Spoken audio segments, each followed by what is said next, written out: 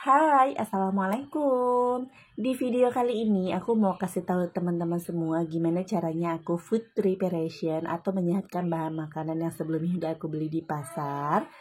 Nah, food prep ini tujuannya adalah agar bahan makanan yang udah aku beli itu enggak cepat busuk atau bisa awet lebih lama di dalam kulkas. Karena rencananya ini tuh untuk stok selama 1 minggu ke depan. Pasti teman-teman udah tahu nih, misalkan kalau kita beli sayuran untuk stok beberapa hari ke depan, tapi kita nggak simpen dengan baik. Misalnya nih, kita pulang dari warung atau dari pasar, langsung aja tuh semua sayuran yang kita bawa dari pasar itu, kita masukin semuanya plus kresek-kreseknya ke dalam kulkas. Itu tuh dijamin deh nggak sampai lama, pasti cepat busuk gitu karena kan mereka bercampur-campur dan lembab ya. Jadinya tuh jadi cepat busuk gitu loh.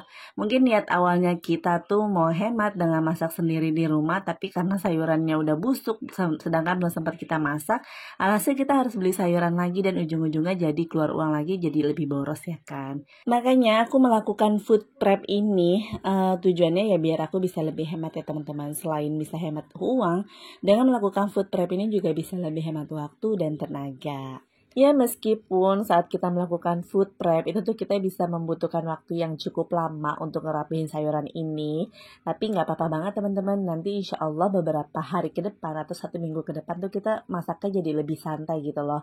Satu, kita nggak perlu nih belanja ke warung sayur lagi karena di kulkas sudah tersedia ya. Paling kita tinggal ambil aja apa bahan makanan yang kita mau masak dan tinggal dicuci aja. Apalagi nih kalau teman-teman udah bikin meal plan atau udah stok bumbu dasar juga, itu bisa lebih membantu teman-teman masak jadi lebih cepat sih, karena nggak perlu lagi mikirin mau masak apa dan perbumbuannya juga udah ada, tinggal dicemplang-cemplung aja lah ibaratnya gitu ya. Oke deh, sekarang kita ke pembahasan gimana caranya sih biar bahan makanan yang kita udah beli bisa awet dan gak cepat busuk ya. Jadi apa yang aku lakukan yaitu setiap aku pulang dari pasar, aku selalu langsung nih ngerapiin sayur-sayurannya. Semua sayurannya tuh aku masukin ke dalam wadah. Wadah apapun sih teman-teman, menurut aku mau pakai wadah yang kayak aku atau gimana gitu ya, pokoknya pakai wadah lah gitu. Terus wadahnya itu aku selalu alasin tisu. Tujuannya biar dia tuh bisa meresap air atau biar nggak cepat lembab gitu ya sayur-sayurannya. Cukup di bagian bawahnya aja sih, untuk bagian tutupnya biasanya aku nggak alasin tisunya lagi karena udah cukup satu tisu aja. Tapi ada beberapa sayuran yang memang sifatnya itu nggak bisa disimpan terlalu lama di dalam kulkas karena dia cepet banget busuk gitu. Salah satunya seperti daun kemangi, dia tuh sepanjang pengalaman aku ya nggak bisa bertahan sampai 1 minggu nih, maksimal kayaknya 4 harian doang deh. Nah, biasanya aku simpannya juga lebih spesial nih, beda dari yang lain-lain. Untuk simpan daun kemangi tuh biasanya aku selalu alasin dulu nih di bagian bawahnya, dan di bagian atasnya atau bagian tutupnya pun aku alasin lagi pakai tisu ya teman-teman. Tujuannya biar dia tuh lebih kering gitu loh, maksudnya kayak ya intinya kayak gitulah, jadi dia tuh bisa bertahan lebih lama gitu. Kalau nggak kayak gitu paling 1 hari pun daun kemanginya udah berubah jadi warna hitam dan nggak enak dimasak ya. Nah, untuk sayur-sayuran yang ada tangkainya, misalnya nih kayak tadi ada daun melinjo ya, atau kangkung dan bayam, itu biasanya aku selalu petikin dulu dari tangkainya. Tujuannya biar bisa lebih awet, karena biasanya tuh kayak gitu-gitu tuh tangkainya yang bisa lebih cepat busuk. Dan ini pun bisa menghemat waktu pemasakan kita nanti. Jadi nanti pas kita masak nggak perlu lagi tuh kita petik-petikin tangkainya dari daun dari tangkainya gitu ya. Jadi tinggal diambil dan dicuci aja lalu dimasak deh.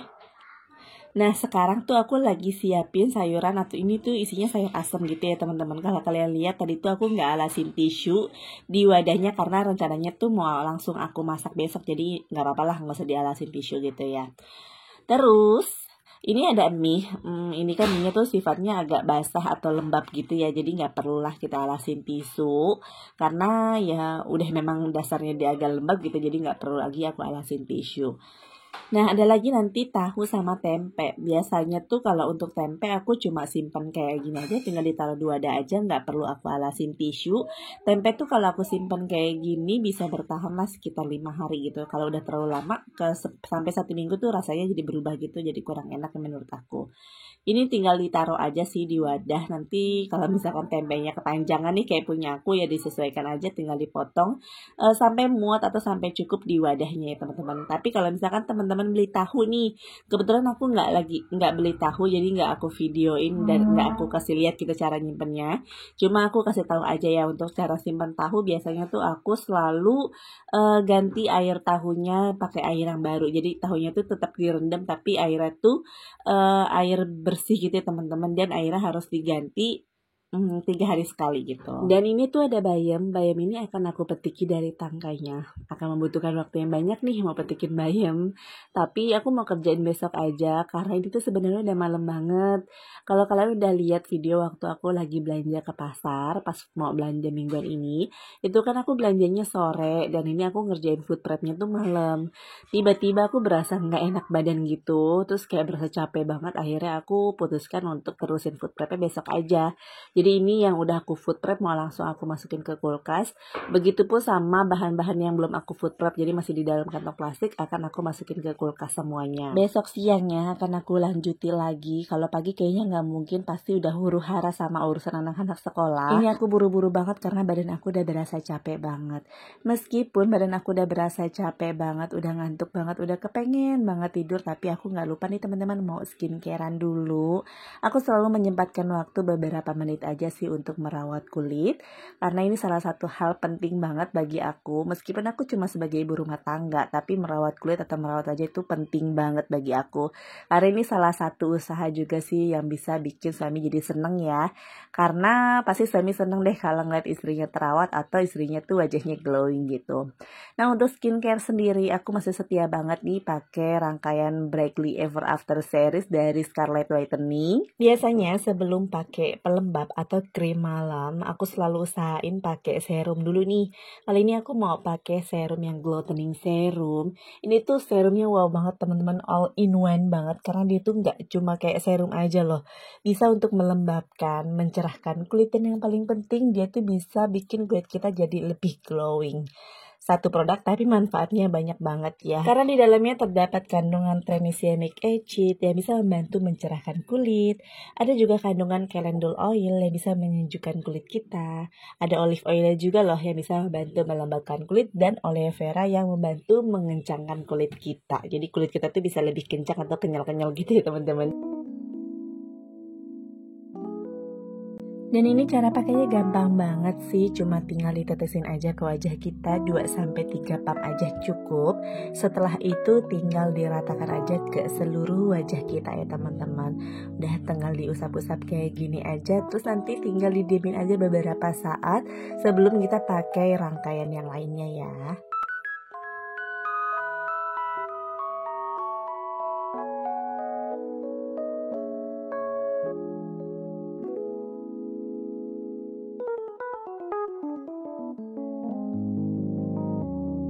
Untuk hasil yang lebih maksimal, pastinya aku pakai serangkaian dong, karena kulit aku termasuk kulit yang normal. Jadi aku pakai Brightly series ya. Tapi kalau teman-teman mungkin kulitnya lagi berjerawat, bisa banget nih pakai yang Acne series. Oke, lanjut aja ke food prepnya. Jadi ini tuh keesokan harinya, tapi di sore harinya ya, karena pagi sama siang harinya tuh aku nggak sempet ngerjain, jadi ini kepending lama banget. Nah, urusan perbawangan, bawang merah dan bawang putih biasanya tuh aku selalu taruh di suhu ruang aja. Karena menurut aku dia tuh lebih awet taruh di suhu ruang sih. Sama begitu pun sama si, apa nih namanya, kentang. Si kentang tuh taruhnya di suhu ruang aja. Nah, tadi sambil masak tuh aku sambil nyicil petikin tangkai si cabai ini. Jadi untuk simpan cabai itu biasanya selalu dibuang tangkainya teman-teman. Karena kalau nggak dibuang, si tangganya itu bisa bikin cepat busuk gitu, jadi nularin ke teman-teman yang lain ya. Nah ini bayamnya tadi aku juga cicil ngerjain atau petikin si bayamnya teman-teman ya, karena food container aku habis, jadi aku pakai plastik ziplock ini aja untuk simpen si bayamnya. Ini bisa jadi solusi juga teman-teman untuk menghemat ruang di kulkas, karena kulkas aku tuh kulkas satu pintu, jadi sempit gitu. Nah kalau pakai plastik ziplock ini jadi muat lebih banyak. Aku juga beli telur kemarin. Telur ini biasanya sih aku taruh di suhu ruang aja ya. Sebenarnya nggak apa-apa sih taruh di kulkas, tapi entah kenapa aku lebih suka taruh di suhu ruang aja sih teman-teman. Ini kemarin aku beli telurnya tuh nggak terlalu banyak sih, jadi segitu aja. Nanti akan aku taruh di suhu ruang aja untuk telur, bawang, sama si kentang. Ini ada ikan asin, ikan gabus asin ya teman-teman. Tinggal sepotong lagi tuh udah aku masak tadi siangnya. Terus ini aku taruh di food container aja, nanti aku taruh di kulkas bagian atas atau di bagian freezernya gitu ya. Dan ini juga ada ikan teri juga aku taruh di food container dan aku taruh di freezernya. Jadi untuk protein hewan kayak ikan-ikan kayak gini tuh masuknya ke dalam freezer semua ya, kecuali tadi telur bisa taruh di chillernya atau ditaruh di suhu ruang aja. Ini ada udangnya tuh udah sempat masuk freezer sebenarnya karena ini udah dibeli tadi paginya. Terus udah dicuci bersih. Nah, biasanya tuh aku udang dibagi 2 tempat untuk 2 porsi makan. Tapi karena ini mau dimasak langsung semua nanti, jadi disatuin aja. Kalau misalkan kalian beli protein hewan untuk beberapa kali masak, harusnya sih dipisahin aja ya untuk tempatnya, biar nggak keluar masuk ke dalam freezer, karena itu nggak bagus sih. Harusnya kalau dia udah beku, dia udah dicairin tuh nggak boleh masuk ke freezer lagi. Ini ada paha ayam sama dada ayam, harusnya sih ini dipisah karena buat makanan yang masakan berbeda gitu. Tapi karena ini suami aku yang bersihin dan masukin ke freezer, udah terlanjur kayak gini, jadi nanti aku akan masak dalam waktu yang bersamaan. Alhamdulillah urusan food prep-nya udah selesai. Ini semua tinggal dimasukin aja ke chiller atau freezer. Jadi sekian dulu ya videonya karena ini juga udah selesai sih. Insya Allah nanti aku akan sharing lagi seputar kehidupan ibu rumah tangga yang lainnya ya. Terima kasih sudah menonton. Assalamualaikum.